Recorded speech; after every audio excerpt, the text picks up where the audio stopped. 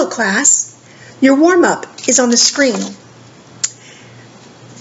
Today's prompt is, write one thing you learned or one question you have about yesterday's lesson on reading newspaper articles. You can use your phone to scan the QR code underneath the question and submit your answer that way, or you can type in the link that is below that. Both ways will get you to the form where you submit your answer.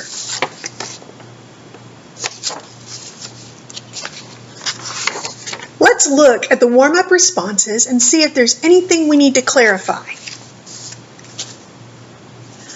Wow, you learned a lot yesterday. These are interesting. I see that many of you really appreciated the writer's opinion on his favorite team. Here's a question. How do we know the writer is telling the truth or just what he thinks is right or wrong? That's a really good question. Would anyone like to answer it? Delia, go ahead. Yes, that's a good point. News reporters are supposed to report objectively. That means they're not supposed to pick sides when they're telling the news. What else? Aman? Yes, check to see if you're on an opinions page or whether the article says editorial at the top. Both of those mean this is the opinion of the writer, not straight unbiased news. Good. Does everyone understand how newspaper writing works? Well, today we're going to continue practicing our reading skills on one of my favorite short stories. It's called The Storyteller, and it's by H. Monroe, who published it under the name Saki. Some of the same newspaper article reading strategies will help you in literature. Today's objective is to learn new vocabulary in context and practice predicting and responding to the reading as we go along. We'll also work on our writing in response to literature, including an introduction to a part of speech called adverbs. Now, a good pre-reading strategy is to preview some of the vocabulary that is coming up in the reading. You generally will only see vocabulary previews in the classroom from your teacher or in a textbook. They're not going to be vocabulary lists before every newspaper article or blog post you read. But in the classroom, it's a really good way to build the vocabulary you need to take on articles, blog posts, research, and fiction in everyday life. So take advantage of every vocabulary list you see in class. Take a moment to look over these words and put a check mark next to each word you already know. You may not know any of them yet, but that's what this activity is for. I'll give you a couple of minutes to read through. Okay, let's go through the words together so we know how to pronounce them and we can clarify any questions.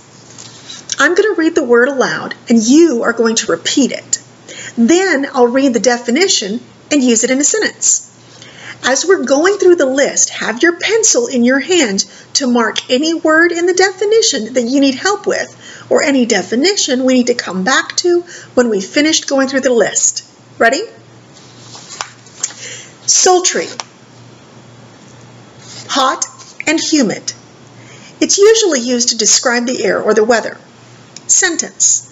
Everyone in the village moved slowly in the sultry summer afternoon. Emphatically.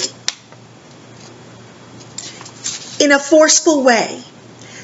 Sentence. Mrs. Coulter emphatically insisted that her students do their homework. Persistent. Continuing firmly or stubbornly in a course of action in spite of difficulty or opposition. Sentence. In fact, Mrs. Coulter is very persistent about requiring homework. Protested. Express an objection to what someone has said or done. Sentence. Aman has protested Mrs. Coulter's persistent use of homework, but it's done no good. Does anyone have any questions about the vocabulary? None? Wow! So this vocabulary isn't all the new words you might see in the story. Feel free to circle any word you are uncertain of during the reading. Make your best guess and then check yourself later. The words in this list are written in the order they appear in the story to help you quickly find the definition if you need it. One other thing you'll see in this story is bolded words. Those words are not related to the vocabulary sheet, but you may see one or two of the vocabulary words bolded. As we read together, pay attention to the bolded words and try to figure out what they all have in common. We'll talk about it more when we finish the story. That vocabulary list was a pre-reading strategy that we'll practice often in this classroom. Now we're going to look at a during reading strategy that will help you interact with the story. I'm passing out a reading response journal prompt sheet. A reading response journal is a way of interacting with the story by yourself. This is a strategy you can use for the rest of your life. The sheet has a list of prompts or sentence starters. As you read, you occasionally pause and pick a prompt from the sheet and write your thoughts about what you are reading down quickly.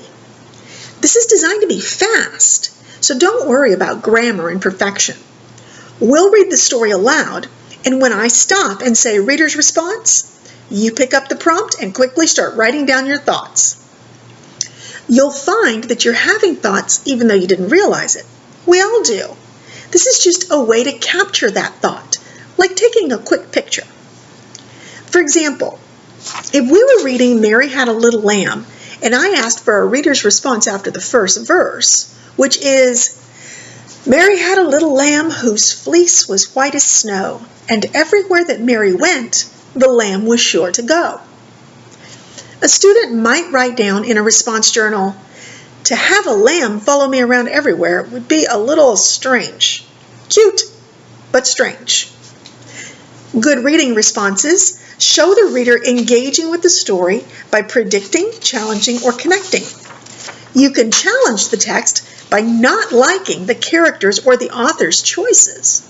You can connect by relating what you read to what you know in life, a personal experience, or even another book you've read or a movie you've seen.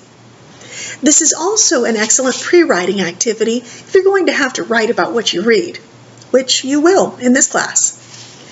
Good readers often make predictions about what's going to happen in a story.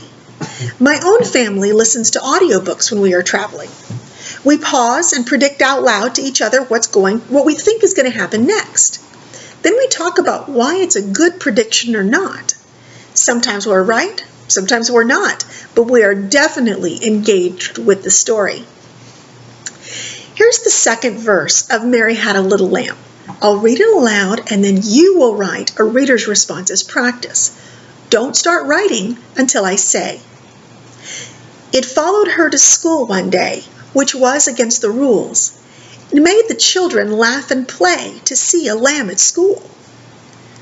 Okay, you will have about a minute to write your response. I'll give you 15 seconds to pick a prompt and run with it.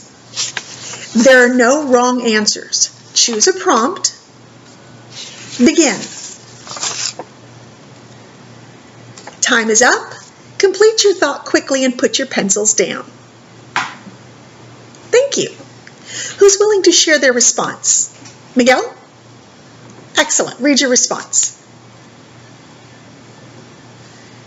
You've seen someone bring a goat to school? Really? That's funny and a perfect reader's response. Thank you for sharing. Is anyone else willing to share? Nola, of course, please share. That's a very thoughtful response. Why do we have rules against animals at school, since animals can have a calming effect on people? Another perfect reader's response. Thank you again.